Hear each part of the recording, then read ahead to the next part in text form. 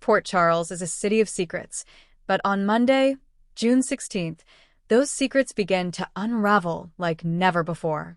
As Drew reaches out in desperation, Jason draws a hard line. Meanwhile, Josslyn's snooping leads her to a dark truth about Dalton, and Brook Lynn makes a move that could redefine the Quartermain legacy.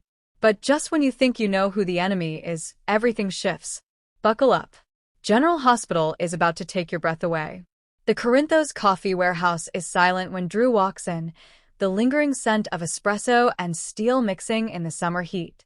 Jason is already there, arms crossed, unreadable as always. The tension is thick enough to cut with a knife. Drew's voice is calm, too calm. "I'm not here to fight, Jason. I'm here to make this right. I know what happened between us, the lies, the choices, it can't be undone. But I have a proposal."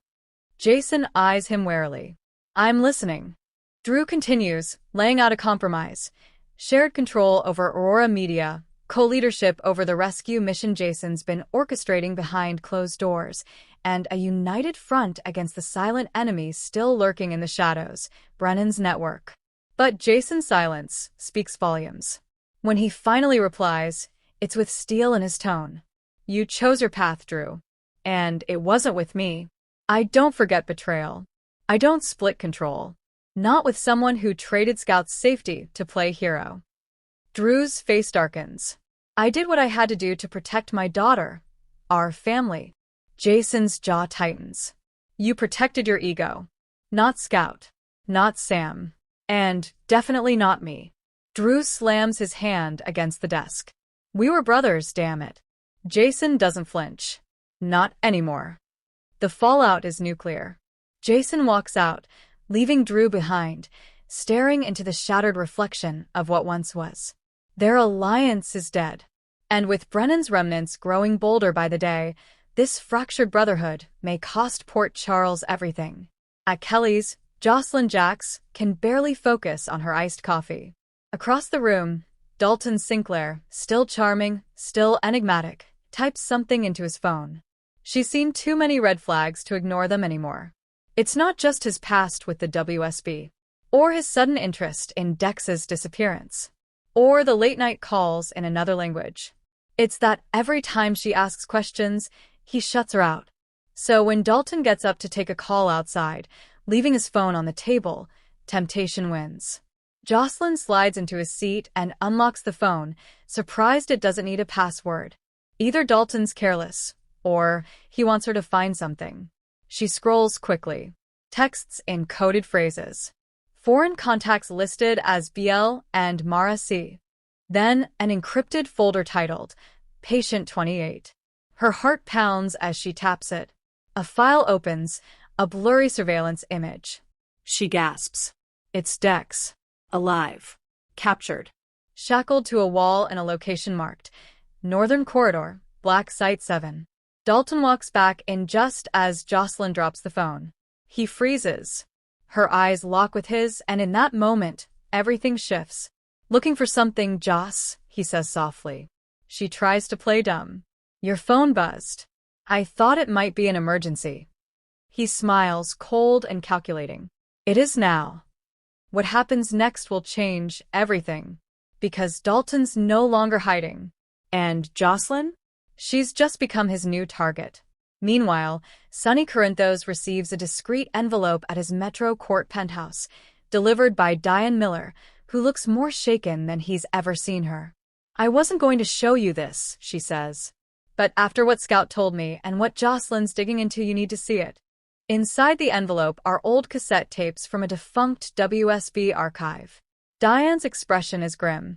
This is about Jason and what really happened during his disappearance. Sonny plays the tape. A voice, definitely Brennan's, speaks coldly about Project Chimera Rebuild, Subject 28, and a betrayal by the Double. The most shocking part? A mention of Drew Kane authorizing Phase 2. Sonny looks up, eyes narrowing. Phase 2? What the hell did Drew do? Diane shakes her head. "I don't know yet. But this isn't just about Jason's survival. It's about brain manipulation, memory storage, and a clone directive. Someone in the WSB used both Jason and Drew as test subjects. Sonny's blood runs cold. If that's true, then the enemy isn't just Brennan. It's bigger. He calls Brick. I want surveillance on Drew. 24/7. And find out who the hell Patient 28 is. If they hurt Josslyn or Dex. He doesn't finish the sentence. At her house, Carly is already on edge. She knows something's off. She saw Josslyn rush home pale-faced, then overheard her on the phone with Trina, whispering about Northern Corridor files and a black site. She confronts her daughter. Tell me the truth, Joss. What did you find? Josslyn breaks down and shows her mother the photos. The file on Dex. The coded map. The surveillance footage. Carly's maternal instincts shift into full crisis mode. Dalton can't be trusted, Carly says. We go to Sonny. Now. But Josslyn stops her. No. We go to Jason. If he's the only one Dalton hasn't fooled, he's the only one who can help Dex. Carly, torn but trusting Joss's gut, agrees. They drive to the safe house where Jason has been operating off-grid. When Jason hears the words Patient 28, his entire demeanor changes. He goes quiet. Then, that was my file name. The room freezes. Josslyn leans forward. Jason, what did they do to you? Jason shakes his head. It doesn't matter. What matters is we get Dex out before Dalton disappears for good. It's war now. Elsewhere, at the Quartermain mansion, Brook Lynn paces with anxiety. After being brushed off by Ned and Olivia about the family's silence on Aurora's involvement with Drew's dark dealings, she takes matters into her own hands. She walks into the family boardroom during a Q board meeting and drops a bombshell. I have proof that Drew embezzled company funds to cover up WSB tech development, and that Aurora was used as a shell company for Project Chimera rebuild. If we don't cut ties with him, we're going down with him. Ned is stunned. Where did you get this? She hands over a flash drive. From Maxie. Whistleblower evidence. Internal records. Password-protected emails. We have to act before the SEC gets here. Brook Lynn, for the first time, commands the room. No longer just a Quartermain in name, she's a force. The board agrees to vote to suspend Drew pending investigation. But Drew has spies everywhere, and within hours, he knows exactly what Brook Lynn's done. And he's not happy. At Crimson, Nina receives a mysterious envelope addressed simply as for Willow. Curious, she opens it. Inside are childhood drawings of Willow and Harmony, scribbled notes, and one disturbing letter. From Harmony, confessing to manipulating records and lying about Willow's birth family. The final line? I'm sorry. You were never meant to be alone. Nina panics. Did someone send this to hurt Willow? To stir up the past? She rushes to the hospital, where Willow's checking in on a pediatric patient. Nina hands her the envelope. Willow opens it, slowly, warily, and as she reads Harmony's words, tears fall. For once, she looks up at Nina, not with hate, but with pain. She lied to me my entire life, Willow whispers. And I spent so much time hating you, I never even questioned what she might have done. Nina chokes back tears. I didn't know about this. But I thought you had a right to see it. It's a small step, but an important one. Willow nods once. Thank you. Is this the beginning of healing, or the calm before another emotional storm? Back at Pentonville, Valentine Cassadine receives a coded letter hidden inside a chess book from the library. His cellmate, a former operative named Kovac, nods once. It's from her. Valentine opens it. The handwriting is unmistakable. Anna. The message is short. The Phoenix is alive. Jason remembers. Use the backup plan. Port Charles is compromised. Valentine smiles. Then it's time for the dragon to rise. He begins preparing for a prison break. His goal? Reunite with Jason. Dismantle Brennan's buried operation. And burn the WSB from the inside out. But someone is already watching him. Cyrus Renault, still pulling strings from his cell, smirks. Let the war games begin.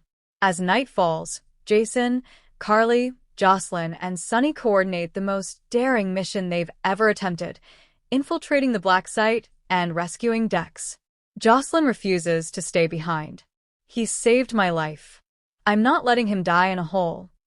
Jason reluctantly agrees, but makes one condition. You stay close. And you follow my lead. One mistake, and Dalton wins. They gear up. The van hums to life. The road ahead is filled with danger. Inside Black Site 7, Dex weakly stares into a camera lens. He whispers, "They're coming for me. I know it." And from the control room, Dalton watches it all unfold. He smirks, pocketing a vial labeled Chimera 3. Let the games begin. Tuesday, June 17th. Valentine escapes, and Anna confronts a ghost from the WSB. Wednesday, June 18th. Maxie uncovers Brook Lynn's final move, and someone pays the price. Thursday, June 19th. Jason confronts his own programming. Dex's fate hangs in the balance. Friday, June 20th. Carly gets shot. Dalton vanishes. And the Chimera infects someone you'd never expect.